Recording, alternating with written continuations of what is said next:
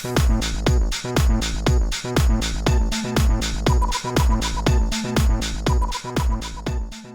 everybody, and welcome to episode 67 of the Geek Games podcast. I am your host, Cody, alongside my best friend, Sam Suvek. I said best fram, I'm pretty sure.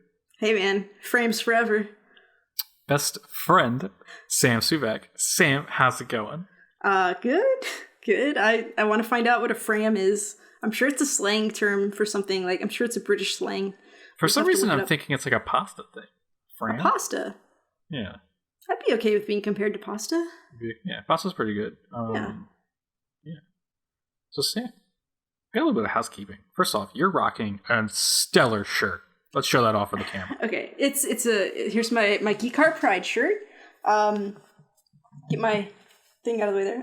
Yeah, so that's the shirt. I'm a little disappointed in it, to be honest with you. Yeah, because like on the screen, like the colors looked really distinct, but then like when I got it, like the orange and the red look very similar, and like the blue and the purple look very similar, and I'm like, oh, that doesn't show up as well. Yeah, I think the blue and the purple are different. I can see the red and the orange thing you're talking about. Well, there's like 3 different colors of the blue purple shade, and it's just it's fine. It's just, I was like, oh, well, it's not as, I don't understand how colors printed on t-shirts work, apparently, because it's different than how they look on the screen. But yeah, Geek Pride shirt. Hey. I'm happy that I got it still in Pride Month and could wear it on a Pride episode. So, yeah. All right. And a little bit of housekeeping we have is one of us here is a winner. But are there really any winners in this situation? Not really, no. Not really. So, go ahead. So, a while back, we did a bet. Quite a while back. I think it was like a year ago. So long ago. About the pricing of Daemon X Machina, a Nintendo Switch exclusive game. And Sam, I think I was on the fence of I was on the side of this is going to be a $60 game no matter what. And you were more like, no, like it may be 60 physically, but I think it will be about 40 to 50 digitally. No. When this thing started, way back when it originally started, you were like, yeah, this is going to be a $60 game. And I was like, no, this is not going to be a $60 game. And we were like, let's make a bet. But we didn't set any terms for the bet because we were just like, whatever. But then like months later, I think this was at the point where there were already some physical listings out there, like pre-listings on GameStop. And they had it listed for $59.99. And at that point, I was willing to double down on this bet. And we actually set terms for the bet.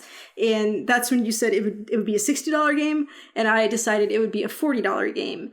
And the winner would get a $5 Nintendo gift card. And I was saying that these sites that had it up already, like they had like a coming soon image for the what the cover looks like, and like they didn't have a release date. I was like, this is just a placeholder.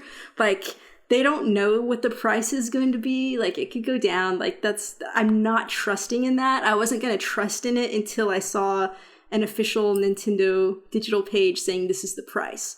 So we set the terms for that a few months ago.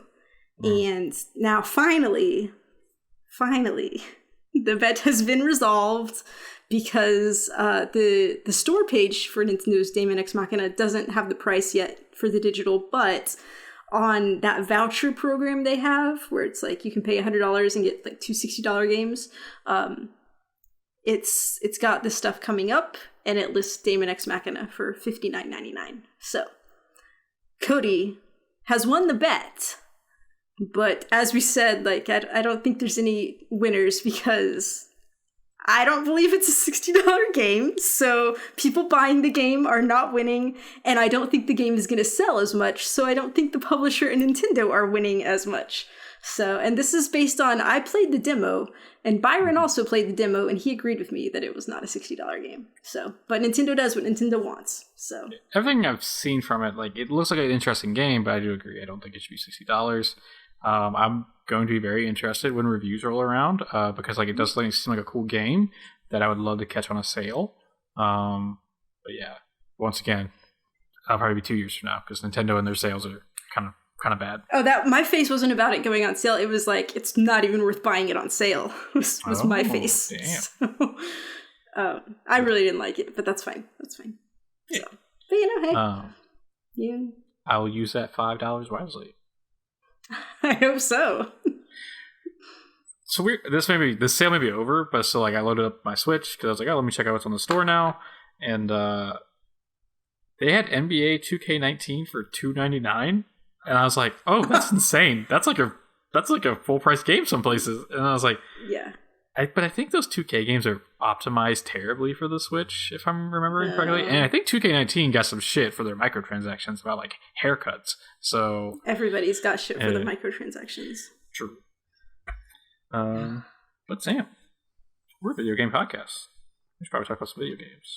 So, I mean, some could argue that we just were, but yeah, let's go ahead with your segue. So first up, I have the Destiny download for this week. The Destiny download. So last I talked, Season of Opulence had just came out. We're still going strong with that. They've added some new bosses to the Menagerie. The raid I have not done yet, but I did go back and do Black Armor's raid, Scourge of the Past.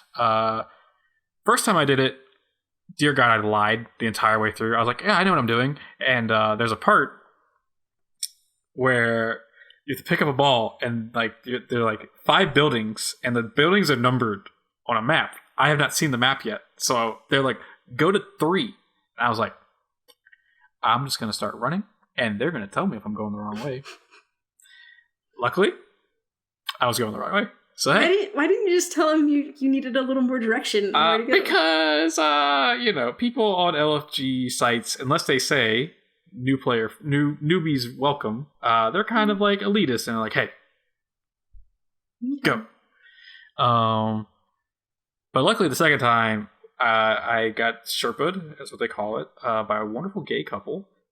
They were super nice, super friendly, the cutest little things. How many people how many? It's six people on the raid. Oh, okay. But like they were like teaching 4 other of us. Yeah, they were teaching 4 of us. Yeah.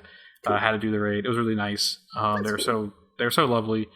They worked with us when we were like messing up small mechanics. And so I feel very confident that I just know everything about that raid now, and it was really nice. It was a wonderful evening. I got some pretty good loot. I'm still like Last Wish, which is the raid that dropped with Forsaken, and Scourge of the Past, both launched with these 2 exotic weapons. Not Whisper of the Worm. 1,000 Voices and Anarchy. And I want one of them just because I want to say I have it, and I can't get either of them to drop. So maybe eventually I'll get lucky. I am probably going to try the new raid soon. Like, I think I've kind of got the mechanics down. I hit 750 on my Titan, so I'm feeling pretty confident. Yeah, it was an easier grind than I thought it'd be. I feel like that whole power boost to 690 really helped because like I had a couple pieces that were just like lacking behind. And so yeah, the Menagerie is still like one of my favorite activities. I think I've only got like 2 or 3 triumphs left in the base Menagerie. They just announced that the Heroic Menagerie is dropping next week. And that does not have matchmaking. You have to like form a fire team and go in before because it's that hard. Yeah. And I'm pretty excited for that. I think it's gonna be pretty cool. The second boss was a giant hive ogre. I did not enjoy it as much as I enjoyed the first boss, which is a giant like Havex mine. And I have not done this week's boss, which is I think another Vex boss. But I'm interested to get in there and try it. I've been really grinding some Iron Banner this week because it happened. There's a quest tied to it, and I'm having fun. Destiny's really cool. Like it's just that game I can go back to over and over, and I'm just relaxed playing it. Like I don't feel like I'm like having to do like a bunch of crazy stuff. There were some pretty cool announcements. They announced yesterday when we were recording this the updates to the Eververse store coming in the fall, and how like you'll be able to start earning Bright Dust by doing bounties, like and actually earning like an abundance of them. Because currently, right now, Tess sells bounties, but you only get like 50 to 70 Bright Dust per quest. And granted, those like start over daily. They're just not a lot for how much Bright Dust items cost in the shop. And they also kind of outlined their... Sam, can you still hear me?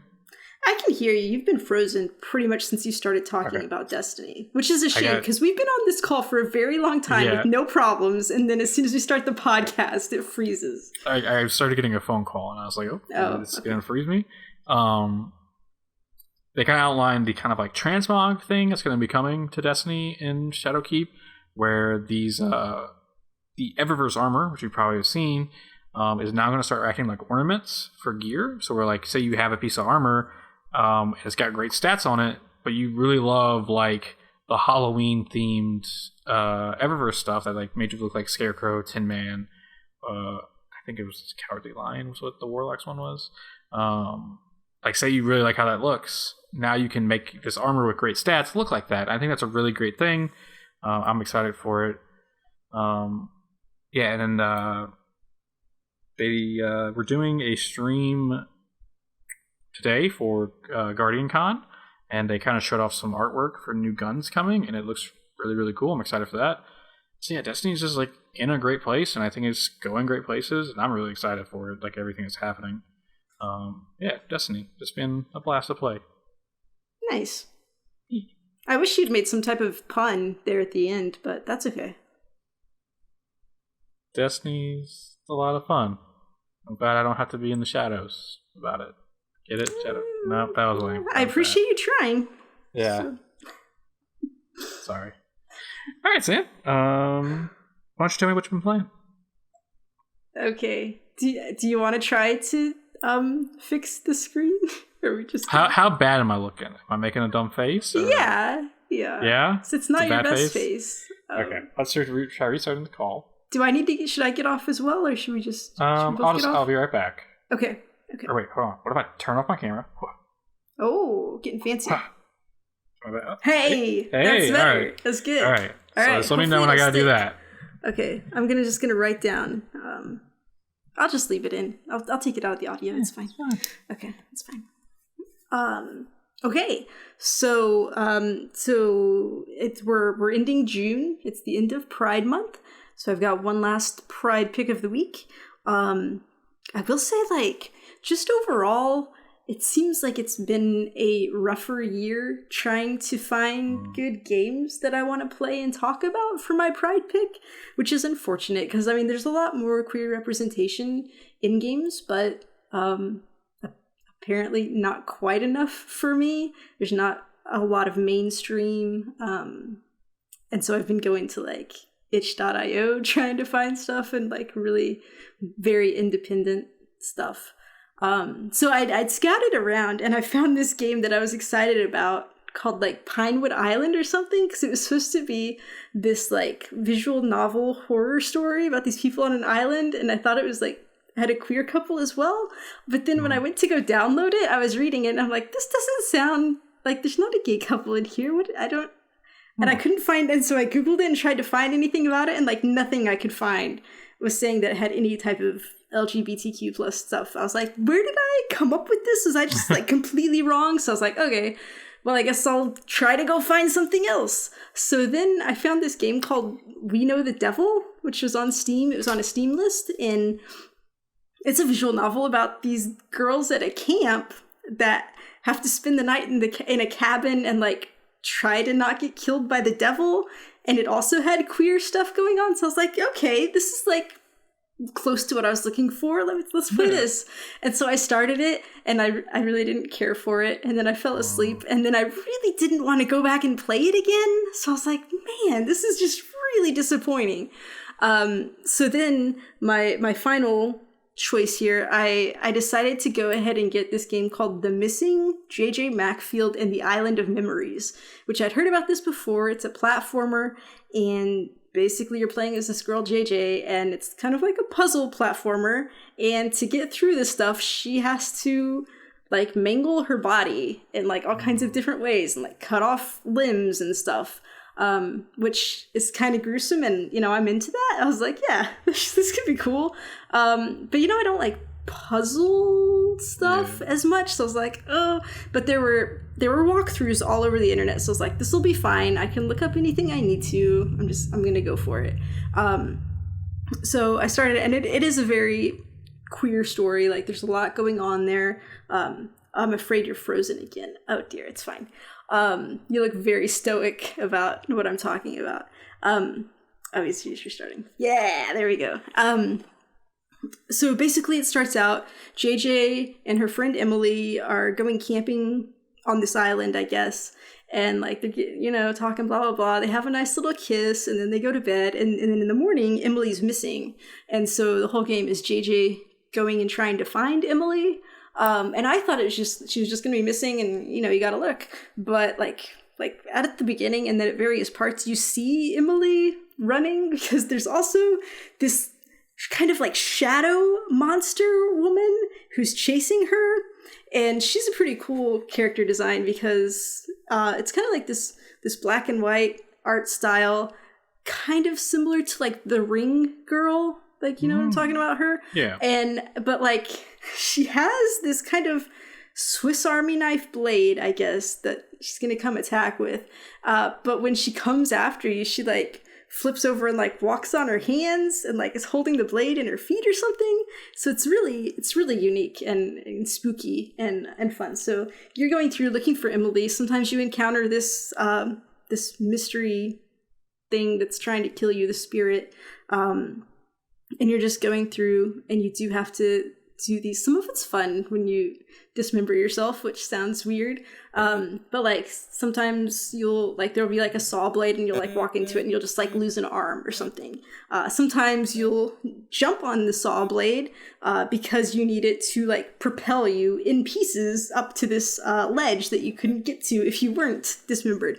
And it's like, you don't die when this happens. You just, you're in some pieces, and you just hold down like the triangle button, and you regenerate, and your body grows back together. And it's cool because like, when you're playing just JJ's normal, she's just like normal looking girl with like, you can see her hair and her clothes and stuff. But then as soon as she gets injured, she kind of turns into like a black negative space kind of figure. So you're not seeing gore. You're just seeing like a she's gone into like the damaged realm, I guess you would call it. And the real cool thing is, if you get real damaged, you end up, so you're just a head, and so you're like this head, but then you also have some like entrails like kind of sliding out from it, so it kind of looks like a squid or something, and you just kind of like roll and jump around, because there's some parts where you just have to be head sized to get through it to go do different things. So it's pretty cool. But like, once you get into like really the deep puzzle stuff, I would get frustrated, because I'm like, I don't know how to figure this out. I don't have the patience for it. It's the kind of thing where you have to like do this and then go back to this other area and grab this and then come back and do this and do all this stuff. And I'm like, thank God for walkthroughs, because I wouldn't have made it. But as you're going, you collect these donuts. They're just like the collectibles. And when you get a certain number of donuts, it unlocks some stuff on JJ's phone. And so she's got text messages with about 5 or 6, maybe 4 or 5 like regular people, and then Emily and her mom. And those are like the big ones at the top. They're pinned because those are her important ones. And so as you're going, you get to see like some of JJ's past and things that have happened and stuff that's like helped lead to where she was today and like what's happening. And it's very intriguing stuff, and like the way stuff is revealed is good. My complaint with this is you have to collect the donuts to get the stories, right? But like, sometimes you have to, you're going to miss some donuts, okay? Yeah. So there's like 271 or something like in the whole game. And like by the time I was right about to the end, I was at like maybe 240 or something. And so like I knew I was missing some, and it's sort of those things like the story was really starting to get good, and you're like, I really want to know what happened at the end right before they came to the island, and it just sucks that like if you haven't done a good job of getting all this beforehand, you're gonna miss some stuff that's probably really important and emotional stuff. And I'm just like, and so I tried to go online and just find some stuff like saying what it was, but I couldn't find it. guess I could try to look for a better walkthrough. The walkthrough I was following, this YouTube guy, like my donuts were ahead of his. So like I had more donuts than that guy. I'm sorry, than they had. I don't know if it was who was playing, but yeah. So that was kind of disappointing. And then it's only like a 5 or 6 hour game, so I mean it's not very long. I pretty much played it all in one sitting. I think I stopped for dinner, but like I wanted to kind of like get it wrapped up. But by the end, Cody, I was ready for it to be over because I was just like, I don't want to do this. Oh, also, because weird stuff is happening, and like sometimes Emily would call you on the phone, and she would have this really weird voice that was almost like an alien trying to learn to talk, but like a baby sounding, and it was just super annoying, and I hated that. And towards the end, there was this part where I got stuck because you can't actually die. Like once you're in pieces, you're fine. But like if you're just a head and then the head dies, then you're dead, and you kind of have to restart that section. And so I kept dying at this one part and having to re-listen to this phone call with Emily. And I was like, it was like a couple minutes long, and I was just like, because I hated it so much. And then I was getting towards the end, and I was like, all right, it's fine. We're going to get through this. It's going to be the end, and it's going to be fine. And then and it wasn't the end, Cody. I thought it was going to be the end, and then it wasn't. And there was more stuff that I had to do. And I got really mad the way that I get sometimes. And I was just like, I don't want to know if I want to do this. And I checked the walkthrough, and it showed that from where I was, there were about 9 minutes left in the game. And I was like, I don't want to do it. I'm just going to watch this video, and like, that's going to be it. So I watched the video, and like, I saw like what they were doing to get through it, and I was like, all right. And then I watched all the end cutscenes, and I was like, this has a good message, and it's a good game. And so then I was like, let me just try it a couple more times. So I tried it like 3 more times, and then I got through it. And so I actually did finish the game. So I was excited about that. But like, it's literally not for me. And I feel like it has a really important message that, like, I'm not going to go into too much detail because it's like something that kind of just develops through the course of the game, and it's nice for you to find it that way. But it's frustrating, like the road you have to go to get to it, and it like makes me really appreciate a game like Celeste, where they had a really important message that they wanted to share with people, and they gave all these assist modes to make sure anyone could access it and get through it. And this one, it didn't have that accessibility to me, because like you gotta figure out these puzzles, you gotta master all this platforming, you gotta collect all the donuts if you want to really know everything. And so it's just like, but yeah, I feel like it is a very good game, but it's not a game that I'm super fond of. But yeah, I'm glad that it exists. So with the donuts, is it like, collect every like 10 or so you collect, it unlocks a new text? Or is it like, you can collect like, is the game separated into like, let's call them world, like in like Mario, right? You're in like world 1, 2. So like, if you don't get all the donuts from like this world, do you miss a huge chunk of the story, or is it just keeps going? And by time you get to 271, you have the whole story. I feel like it just keeps going. So like, you're not missing stuff in the middle. I think you only miss stuff at the end. And I don't know exactly where it happens. Just every once in a while, after you get a certain amount of donuts, it unlocks. And the way it unlocks is, it'll either unlock some stuff from Emily and your mom, or it'll unlock stuff from the 4 or 5 other people that are there. So and it was cool. Like one of them, she was texting with her professor, and he's like this real nerdy guy, and he's like, don't tell anyone, but like I have to miss class because I'm going to Comic-Con. It's like, okay, well, I won't tell anyone, but I mean, what if you run into some of your students? And he's like, oh, it's cool, no one will notice. I'll be dressed as Boba Fett. So this is really cool. But yeah, it's interesting. I'm glad it exists. It's good for people, but it's a hard playthrough. There's a second one, if I'm right. I feel like I've seen a listing for a second one. Or maybe I'm crazy. I feel like you might be mistaken. Maybe I'm thinking of a different game. Perhaps you are. Perhaps they've announced a sequel. Wait, I feel like you're missing two. I forgot. So one of the other weird things about this game, so like right at the beginning, you get struck by lightning, and that's how you get this ability to die and come back. But like after you're struck by lightning, this deer man with antlers wearing a doctor's jacket comes over and he's like reviving you, and like that's what happens. And like this deer doctor guy shows up various points throughout the game. It's real weird. So, yeah. I'm into it. All right. Yeah. So yeah, that is The Missing J.J. Macfield in the Island of Memories. Okay. Okay. Well, that was Sam's pride pick. The last one of the month. Because I've been in a weird state where I thought it was the final week of June, and I was like, oh, next week is 4th of July, right? No. You still got a week, Cody. Get your life together. Although some people in my neighborhood think it is already because they've started shooting fireworks. Ooh, those kind of people. Yeah. The worst. That's fine. All right. Well, next up for me. Sam, do we have the music box? No. No, that's okay. It's all right. We have a returning segment. The Elder Scrolls Essentials.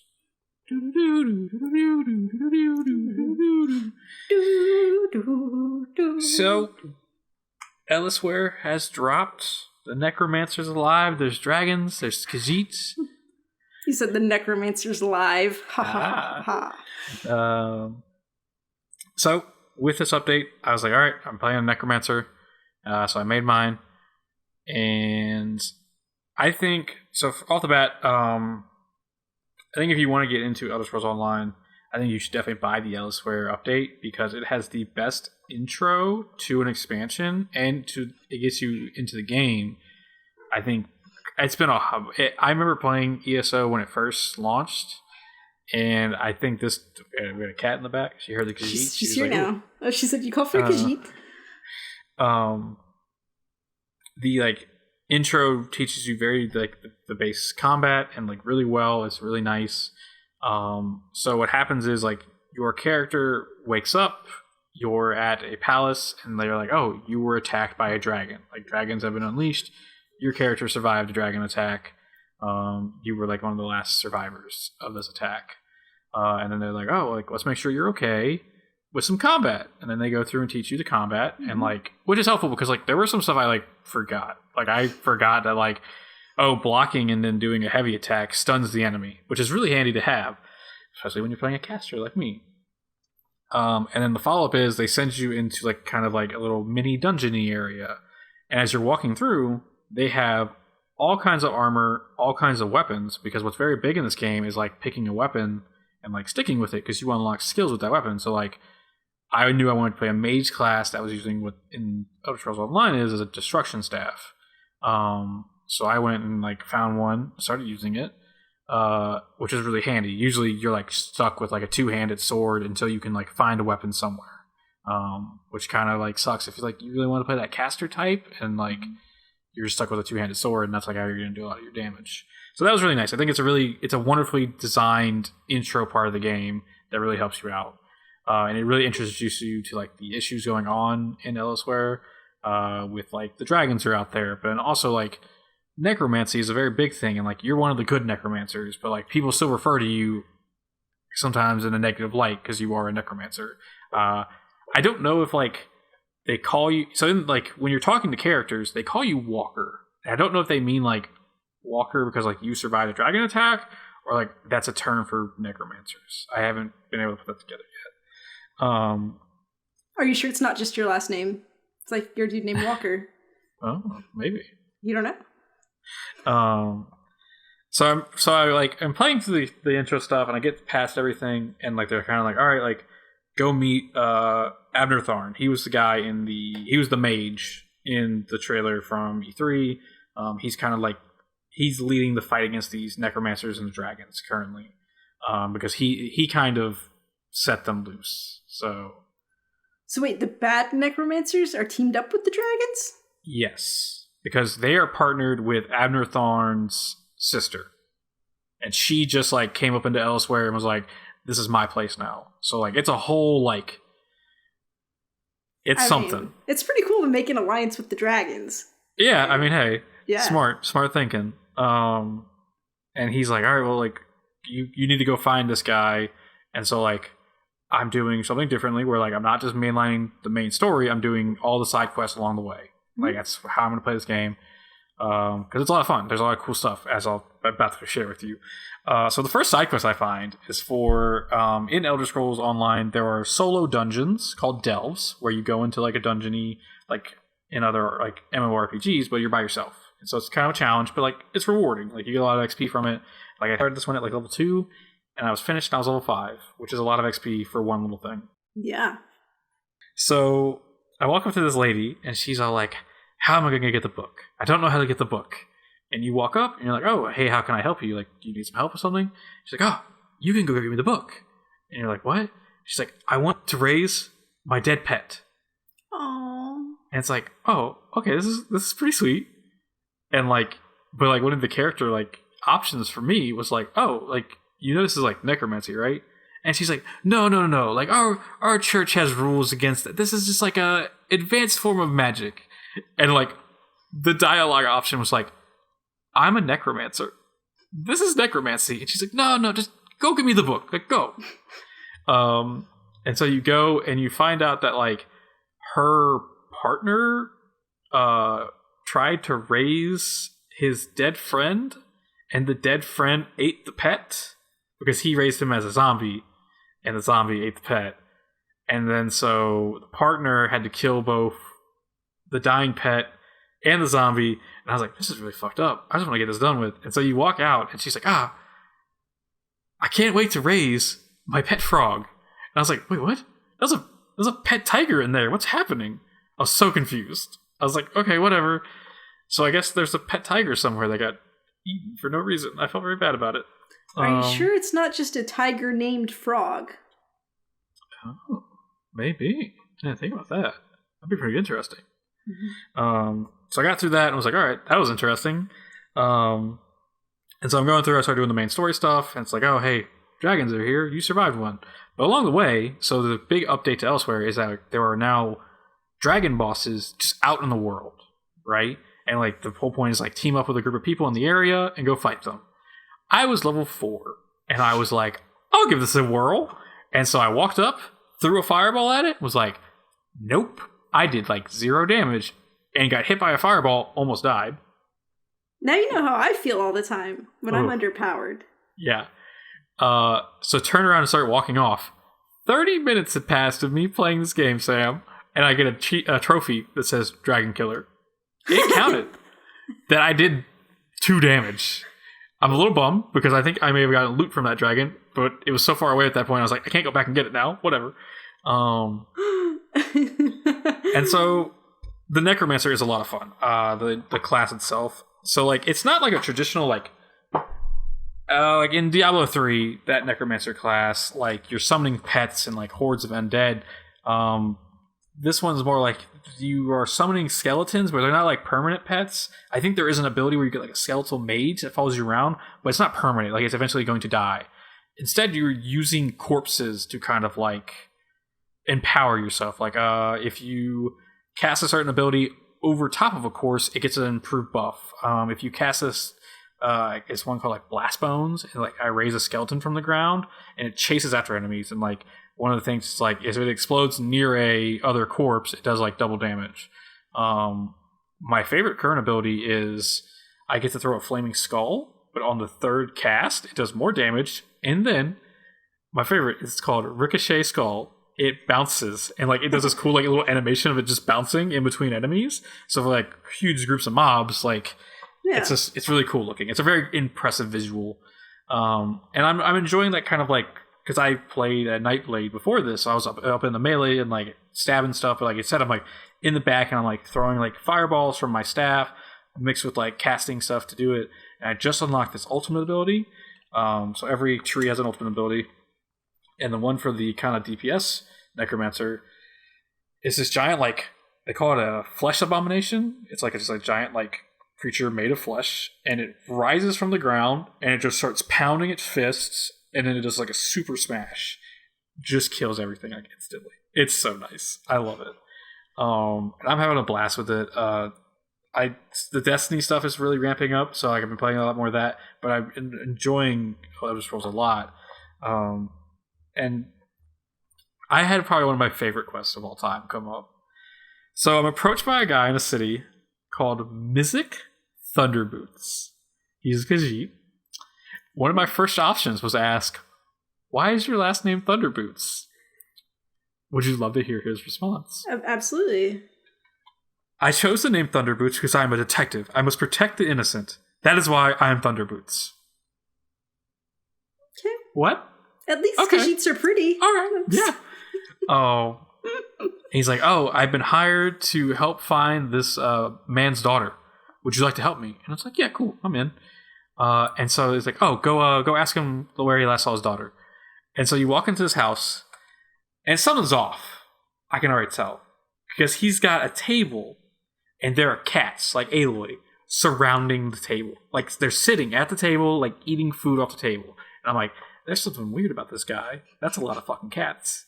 He's a Khajiit. So I was like, okay. And this is where I think I've learned that, like, if they're, like, not on two legs like a Khajiit, they're called a Fa Khajiit, is I think they're called. Someone could correct me on that if they know the real thing. And he's like, "Oh, I lost my daughter. She just vanished. I think she was kidnapped." It's like, okay, like, fair. Like, who do you think did this? I don't know. All right. We'll see what we can find. Where was the last place you saw her? What's up? I have a guess about what happened. Should I make it now or save it? Go for it. Can we save it? Did she get turned into a Fa Khajiit? No. Okay. I see where you're coming from with that. Okay. All right. Well, continue. At this point, I'm like, I'm not really looking for a kid. I'm looking for a fucking cat. This dude's crazy and like just calls them his kids. And so by proxy, we start realizing this town is being robbed by like a gang. And so like we're like, oh, like they probably kidnapped the kid. Like maybe the kid saw something she wasn't supposed to. So we go start stopping them. Like we were like stopping their trade on the river, and like we're busting up their like gang hideouts. And then like he's like, meet me back at the hotel. Like I'll meet you in my room. We're gonna like discuss some plans. And as I'm walking back there, this like character with like a hooded face on like walks up and he's like, "You need to stop investigating for this kid, or else I'm gonna murder you and your friend Thunderboots." It's like, whoa, all right, okay. So I go tell Thunderboots about this, and he's like, "You met the rogue. She threatened me too." I'm like, what? Okay. And so she's like, "Oh." And like as that character is leaving, she runs into somebody who was carrying like fruit, and so like her footprints are now like leaving the building. He's like, "Oh, I'm gonna go talk to the guy about his missing child. You follow the rogue." So I follow the rogue back to the hideout. Thunderboots meets me there and is like, "All right, this is it. We're gonna finally figure out if she's the one kidnapping the kid." So I go through this hideout. It's another delve. Thunderboots is just following me around, being like, "I'm kind of a pacifist. I don't like to fight people." And I'm like, "Oh, thanks, Thunderboots. You're fucking help." And so we get to the end, and I see a cat in a cage. And I'm like, I knew it. It's a fucking cat. It's the entire time. And so I'm fighting the rogue, and I'm like, I use my ultimate, it smashes her. She like falls to the ground. She's like, "No, I won't let my father have this cat back." And I'm like, wait, what? And then like in comes Thunderboots, like the local cops, and this Khajiit dad. Apparently, the Khajiit dad cared too much for the Fa Khajiit that it made her daughter angry, or his daughter angry. And she left and became the rogue. And so she was coming back to spite her father and kidnap one of his Fa Khajiit, who in fact was the kid we were looking for. And like, I was like, what the fuck just happened? I loved it. It was awesome. At the end of it, I was like, this is so crazy. I'm loving this. So yeah, I was like, this is and it's like a very early intro quest. And like, I really was like, oh, maybe I should like skip this one. This seems like it's going to be a long process. 100% worth it. And so like, you go back to the hotel with Thunderboots, and he's just like, "Oh, thanks so much for the help, man. Like, I'll be looking out for you." And I was like, "Oh, cool. All right. I don't know if that means anything, but okay." And so the last like little side quest I want to talk about is this woman is like, oh, can you help me get my old gang back together?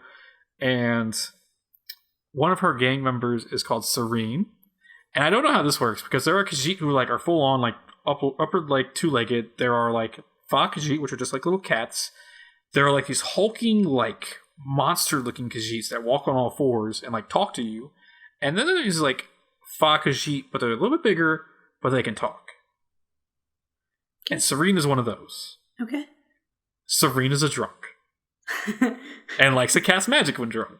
So in the middle of the quest, she's supposed to be doing a teleportation spell, and she's like, you're good, you're good. She gets to me and the last guy, and she's like, oh, I'm gonna puke. And starts like hurling. And always somebody's gotta throw up. Yeah. Jeez. And she's like, I'm gonna be honest with you guys. Like a spectral form of her shows up. She's like, I'm gonna be honest with you guys. They always say don't drink when casting magic. I say fuck the rules. I don't know where you guys are right now.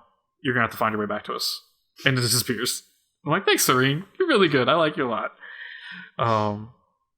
So currently, I think I just finished the first chapter of the main story, where a dragon sits down and like talks to us and is like, listen, I'm gonna give you the option to leave elsewhere, because if you don't, I'm gonna murder you and your friends and your family. I'm like, oh damn, all right. Guess what? Right. I'm coming for you next, dragon. And it was pretty cool. So currently, I think I'm about to set off to try to talk to Abner Tharn's sister. We're going to try to like do some deception stuff. Try to like be like, hey, like maybe you shouldn't be working with the dragons and the necromancers. Probably a bad look for you. People don't like it very much. You already like invaded and killed a bunch of Khajiits. Like, don't be doing that. So I'm pretty excited to get back into that. I think with like some of the Destiny stuff like kind of ramping down soon, I'll definitely be hopping back into elsewhere. It's a blast. I'm loving it. It's and like they have a full year of content coming out, and so I'm just really excited for all that. Yeah, that was the Elder Scrolls Essentials. A lot of fun. Loving my Necromancer. Nice. Sam, tell me about Trine 2. All right. Well, a while back, I had talked about Trine 1 that I played through and I enjoyed it. And so I had Trine 2 and 3. Actually, the whole bundle, all 3 had gone on sale, and I got it. But actually, before I started playing it by myself, when Bitch Team Alpha did their anniversary stream, I got to play some Trine 2 with them. And actually, they did this really cool thing, which I didn't know about before. There's this app on your computer called Parsec, and it lets you, like, the other Sam Treggs, he had Trine 2 on his computer, and so he and Katie were playing on their end, and then we logged in through Parsec, and it's like I was right there with them, and I could just plug in a controller and play through his computer. And it performed really well. There was one instance where I had to like log off and log back on, but it was cool. And like, let me tell you, that game is so much fun when you play it with 3 players as it's intended, because it's just like such beautiful chaos on the screen. And I love platformers that are like that. So I had a good time with that. So we only played like an hour and a half of it. So I decided to go through and play some on my own, and I've been having a good time with it. It's got the same lovely visuals and music like the first one did. The first one, I really didn't pay too much attention to the story. I was just like, yeah, whatever. There's something about this Trine that like linked all of our souls together, because you play as 3 characters. But this one like seems very interesting, because you're in this kingdom. I don't know how it started, but you're in this kingdom, and there were these 2 princesses, and like you find collectible poems kind of like about their relationship, and like they're all cutesy and sweet to start with, but then they kind of start taking a change in tone, and you start thinking that something sinister might be happening, and like you get to the point, and like I'm pretty sure like one of the sisters did something real bad to the other sister, and we've been talking with one of them. Like there's Isabel and Rosalind. Something, I don't know. Rosalind is the one that we're Cody, you've frozen and you look like you're asleep. That's much better. Okay. So yeah, I think this Rosalind is the real bad one. So I don't know. We'll see what happens. But the gameplay is like a little different. Not much from the first one. But in the first one, when you would get your XP points and like you'd get a skill point and get to level up, you get to spend, like you said, you have 1, but you could spend 1 on each character, and so like everybody could level up their skills pretty quick. This one, it's like, no, you need to work a little harder. You get one skill point and just one character gets to use it. And then like you have to earn another one to do somebody else. So I've pretty much been focusing on the wizard. I don't know if he's called a mage or a wizard. His name's Amadeus, and he's my favorite. He does conjuring. Amadeus. So he can conjure boxes, and then I got him to where he can conjure planks, which those were available in the first game.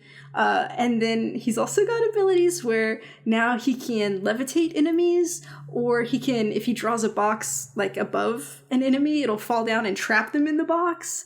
So he's got some better combat skills this time around. Still not good with him in combat. I usually change to the warrior when I need to do some combat, but I've been having a lot of fun with him. This game seems harder than I remember Trine 1 being. There was like one part at the very end of Trine 1 where it was pretty tricky, but this one, like, there've been some stuff that's like, I don't know how you're really supposed to do it, but like, I kind of get through. It's not really cheating because I'm using the tools that they gave me, but like, I feel like I'm cheating to get through it. Like, I feel like there's some way you should figure out how to do it, but like, I'll just do this thing where I'll have Amadeus like conjure a block, and then I'll just jump on it while it's falling to make it to the other side, which I'm sure isn't the way you're supposed to do it, but hey, I get past it, so I'm like, that's fine.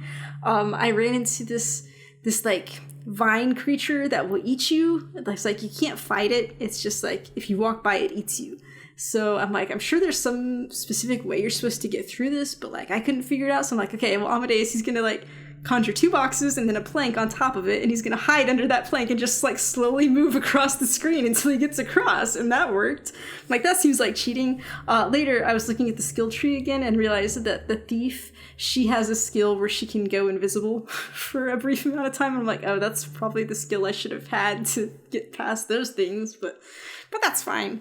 I have had a few situations where I was like, I mean, I understand what I'm supposed to do to be able to get through it, but like, I can't get it to work. And so I had to just go ahead and get the second controller out and like activate like I've got a second player and like there was this one, I had to get through this gate and I had to pull this thing down over here to get it out, but like, as soon as you let go, the gate would fall down again, and like, it gives you, the characters will give you hints about stuff, and Amadeus is like, oh yeah, a box and a plank should fix this, and I'm like, fuck you, I've been trying for like 20 minutes to get these boxes and planks and nothing's working. So I got the thief to just use her grapple, and so she was just hanging from it, and then like I had Amadeus go through the gate while it was open, and then I just abandoned her and left, and it was fine. So I've done that a couple times where I've had to pull in an extra character to help me out, and you know, I'm getting pretty dexterous with holding the controller in place with my feet when I need to, so that I can get through here. Also, there's like some trophies that you can get but you have to have like multiple people playing. So like, if you have to like stack a certain number of stuff on top of the knights holding the shield. So I was like, I did that just to get some trophies. But I'm having a good time with it. I'm pretty close to the end. I think I've only got like 2 levels to go to the end. But then I was looking, because I looked online to see like how long it was, and apparently this is trying to the complete story, so that includes a DLC. So I've got like 7 more levels that are something to do with goblins that I'll get to play after this, and then I'll have Trine 3 after that, which I was reading online because I wanted to see when Trine 4 was coming out, because it's at some point, I don't know when. But they were talking about Trine 3, like apparently they did things a little differently, and like it was more 3D, which I don't really know what that means yet, because I don't really like 3D platformers. So we'll see like how much that is, if it's more like character modeling or if it's like actually 3D platforming. But yeah, I'm having a real good time with it, and like I was having so much fun with it. That's why I decided to play The Missing, because I was like, yeah, I'm having a good time with this platformer. I'll be able to do that one just fine. So I really missed playing Trine while I was playing The Missing. So, but yeah, it's a fun game, and like if you have multiple people to play it with, I highly recommend it, because that would be a lot of fun too. But yeah, it's a good game. Fun with it. Yeah. All right. We got like a couple small news stories. You know, it's after E3. Not a lot of things are happening. At least that we care about. So first up, the Cyberpunk 2077 demo that they showed at E3 is going to be shown at PAX West. So we'll find the demo shown to like private behind doors stuff is going to be shown at PAX West to everybody. So that was pretty cool. I don't think I saw the demo from last year. I don't think I ever watched it. So was it public? I think it leaked last year. Oh, okay. I didn't remember. Yeah. But I am excited for this one. I was listening to Kind of Funny and Easy Allies. They did a podcast together on the Gamescast, and they were talking about it. And like, there's some interesting mechanics in there I'm kind of into, like how like you can like create a backstory for your character, and like there's options from like you can be like a rich like socialite, or like you could be like a little like a street kid, or like I think the third one, I forget what the third one was, but like those were two of the options, and there's a third one, and like how like whatever you pick your backstory as like affects your character in the long run, and like that's kind of interesting. I'm really excited for Cyberpunk. Like, besides the Keanu Reeves stuff, it does kind of seem like more my jam than like The Witcher was from CD Projekt Red. I am a little bummed. So like, they gave out these like sick bomber jackets at E3 to like behind resort people. They're going for like $400 on eBay. I'm not paying $400 for no jacket. And they're like, oh, don't worry, like it's coming to the store. And I was like, oh, well, let me go check out y'all's store. Like, so they just opened it this year. And I guess CD Projekt Red is based in, I want to say, Sweden. And sounds right. Maybe. So currently it's only for EU people, and like you can't ship anything out to the US, but there will be opening a US store later, they said. And I'm like, no, I really want this bomber jacket. It's really cool. Cody, let me just remind you that it's summertime and you don't need the jacket right now. You can wait until it comes. It's a really cool bomber jacket. They also have a really cool hat on there that I think is based on Keanu Reeves' character, and I was kind of wanting that too. I don't know. I'm excited for Cyberpunk. I think it's going to be a really good game, hopefully. I'm sure it'll be a great game, just based on who the developer is. They make good games. I'm still not sure if it's for me, but we'll see. It's fine. The other news is Harry Potter Wizards Unite launched today when we were recording this. A day early, I believe, is what you were telling me. Okay. Yeah. And you said you had some thoughts on this, Sam. Yeah. So my thoughts are, cool, let me go download this. Google Play Store is like, oh, hey, this is not compatible with your phone. And I was like, what the fuck? Like, it's not like super old phone. It's a Motorola G5 Plus. And we've talked before about how crappy my phone is just because of other things. But like, because I was in the Third Player Games Discord, we were talking about it, and Amy posted like what the tech specs were, and like I tracked down stuff. I like figured out how much RAM is on my phone, and like I did have to free up some memory. Well, I freed up some memory, didn't help. Like all the tech specs look like they should work, but apparently not.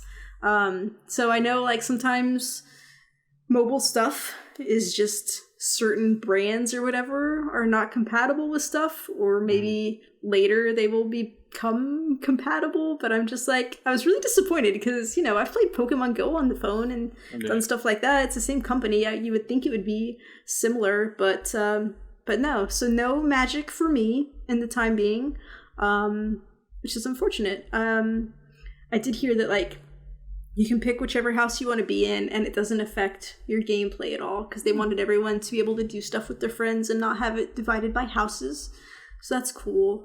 I was going to be in Ravenclaw. But I want to be in that one. I don't know.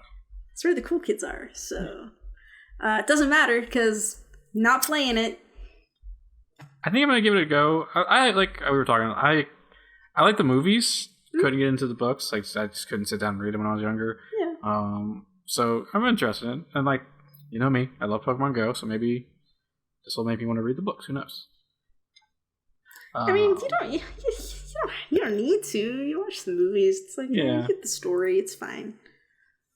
Also, isn't this like kind of like more based on like the creatures from that Fantastic Beasts movies? And I don't really, I'd never watched those. They seemed like a cash grab to me. I watched the first one and I quite enjoyed it, and now I can't recall if I ever watched the second one or not, which is probably a poor reflection on it if I did watch it. So I don't know. All right, well, we'll check in next week. That's the news. Yeah, that's all we could. That's all we cared about. Yeah. So real quick, let's hit on a quick listener question. Our friend Grune wrote in and asked, which system have you played that had the best and worst controller? I think the best controller, in my opinion, is the PS4 DualShock. Really love that controller. Do you know? Oh, but the Xbox 360 controller was really good. Like, I remember playing with that for a long time, and I think it's like kind of like a lot of people use when they play on PC with controllers sometimes. I was gonna say that I thought the best one was the Xbox 360, and I didn't actually play with it for very long. Like, I didn't have that Xbox 360 for very long, but it just, something about it felt very good, and like, it was at a time when I was having a lot of problems with my wrists and my hands hurting, and it just seemed to feel better when I was playing the Xbox 360. And I think just in general, I prefer the offset joysticks. So I don't know. It was just, there's something good about it, and like, I don't like the Xbox One controller as much as I like the Xbox 360. I don't know what they did in between, but like, I feel like the Xbox One controller is like bulky and like heavy, whereas the Xbox 360 one was like light and just very. Yeah. All right, you sold me. The Xbox 360 does have the best controller. There we go. Yeah. As far as worst controller, do you have one, Sam? I do. I just went ahead with the original NES controller, just because it's just like, it's a plain rectangle, so like there's no rounded edges, and you play in it for a while, and you just got those corners kind of digging into your hands, and it wasn't. They didn't know about ergonomics back when they made that, so it's just kind of like, it doesn't feel very good. For me, it's probably the Nintendo 64 controller, because like it was the 3-prong thing, and it's like, how were you designed to fucking hold that exactly? Like, I guess like you kind of rest your hands, like your fingertips, on that middle one, but like that one joystick in the middle was so out of place. I don't know, like that controller really bothered me. I remember like playing as a kid and being like, this is such a weird thing, but like you just got so used to it that you just kind of like figure it out. I definitely remember like playing like Pokemon Stadium 2, and like one of the mini games was like, it's like swirl the joystick. I remember like getting it fucking going, and I was like, I always like dug into my hand, like left a little mark. Because that's another thing, is that like the joystick wasn't like padded; it was like a little spiral was cut into it. Yeah. And like if you pressed too hard into it, it left an imprint. So yeah, Nintendo 64, weird controller. I hardly remember it because I didn't play much on my Nintendo 64 like at all. So I really don't even remember what it was like. I do see where you're coming from. I think that whole NES thing was a thing. It was like how it would dig into kids' hands after a while. Yeah. Yeah. Super Nintendo, great controller though. They got rid of the edges and made it round. They did. They learned. And my other one that it's like, it's both good and bad, is just the Nintendo Switch Joy-Cons. Like, they're awesome for what they are, but if you're playing single Joy-Con like Mario Kart, like, man, your hands are going to hurt really fast. It's like, it's just so small, and it's just not good for that. But I mean, it's cool for what it is, because it lets so many people play at the same time with, like, you know, not having to buy dozens of separate controllers. So it's both good and bad, but yeah. Well, if you would like to let us know, yes, thank you for the question. If you would like to let us know what you think the best and worst controllers are, you can reach out to us at contact@geekcargames.com. You can follow us on Twitter and Facebook at geekcargames. You can find our merch, like the shirt that Sam is wearing, at geekcargames.com/shirts. You can join our Discord at geekcargames.com/Discord. A lot of fun chat going on in there. You can follow our Twitch streams at twitch.tv/geekcargames. You can find our YouTube videos at geekcargames.com/YouTube. You can leave us a 5-star review, a like or a subscribe on YouTube or your podcast service of choice. We greatly appreciate it. You can find me on Twitter at you can find me on Twitter at geekcargames every now and then. You can find me on Twitter at Cody. Sam, where can I find you? I'm at SKSUVAK. I think that was everything. Good show this week. Yeah. All right, Sam, take it away. We're just two geeks who heart games. Do-do-do-do-do. Khajiits are cool.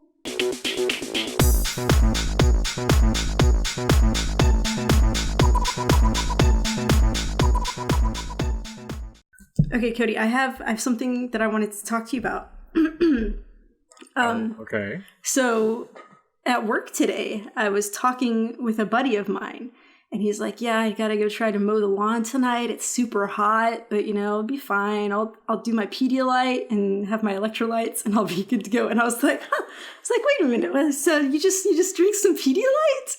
And he's like, "Yeah, Pedialyte and Gatorade, to get your electrolytes." He's like, when I go do my boxing, like on the weekends, he does like a double shift of boxing, and so between classes, he'll drink his Pedialyte. He apparently gets little packets that you dissolve in the water. And I was like, huh? I'm like, how is that? And does it taste good? He's like, well, it's kind of salty, but it's fine. So I was like, huh, okay. But here's just a regular, healthy adult male who drinks his Pedialyte when he is sweating too much and needs some replenishment to his electrolytes. Well, Sam, you work with a monster who needs to be stopped. Just drink the Gatorade. I'm not the one who drinks it. I'm just passing along this information. I know, but you work with a monster, is what I'm saying. I don't think he's a monster. He's a very nice guy. He's my favorite guy at work. Okay, well, I'm sorry. He seems like a wonderful person. I just can't. It's too salty. I feel like if someone could sit down and tell me, do electrolytes taste like salt? Because, Gatorade... I would say they do. Does have a salty kind of taste to it sometimes. Yeah. If it gets hot. Okay. Okay, so I guess electrolyte... What if electrolytes aren't real? This is salt. They're just like, yeah, we can fucking get these guys. It's like a real technical term for salt. It's electrolytes, and that's how they're getting us. It's entirely possible. That's somebody's $1 million idea right there. That is. God damn. That's just, man, I can't imagine being like, bro, tuckered out from working out. Let me just, Pedialyte. Take a little shot of it. Ugh. I don't know. I've still never tried it, so... So I don't know. Do you know why I don't like Pedialyte? No.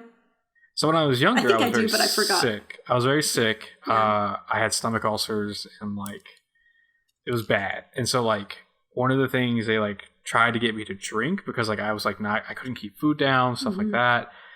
And so one of the things they were like, oh, you need to drink this so you can keep your strength up because you're not keeping food down was Pedialyte. And I remember they gave me a big old thing of it and they're like, you need to drink this one of these a day. And I was like, okay, sure. I took 2 sips and I was like, no, I cannot. You better find me something else quick, or I'm dying because it was rough. It's just very salty. So you haven't tried it again since you were a child? Oh, this was I was 13, 14. So it's been you were still a child. It's been 10 years, yeah. Yeah. I mean, they might have improved since then. You could give it another go. Maybe we'll do a special episode and we'll have a Pedialyte taste test. I'm willing to do it. At the end of the episode in case anything bad happens. Yeah. I started vomiting uncontrollably. Oh, God. We'll talk about it. I may be willing to do this. I'm pretty open to some stuff lately, so hey. Okay. There you go. Good stinger. Speaking of almost throwing up, I watched The Perfection, that Netflix movie. Oh, how is it? I listened to a podcast about it. It's so fucking weird and surprising, but I enjoyed it. But also there was a part where I had to I was already not watching. There's a lot of throwing up in this movie. Oh, is there? And I don't handle that well. And so there was a point where I felt for just a second I might throw up, and I had to really stop and not watch it for quite a while before I settled back down there because it was fucking gross. So, but I listened to a podcast and they were reviewing it, and they were being really non-spoilery about it, but they talked about the one scene where there's bugs in it. And I was like, ooh, no. Oh fuck! Oh my god! I we're gonna stop talking about it. I don't want to stop talking about it now because we're gonna stop talking about it. Ugh. Okay. I have a similar thing where if I think about mold too much, I start to gag. Okay. Well, because I don't know if I want to tell the story. I'm a video. I don't want to tell the story. Not if it's gonna make us throw up. That was gonna make us throw up. Yeah. Yeah. I'm already a little compromised from my story. Okay. All right.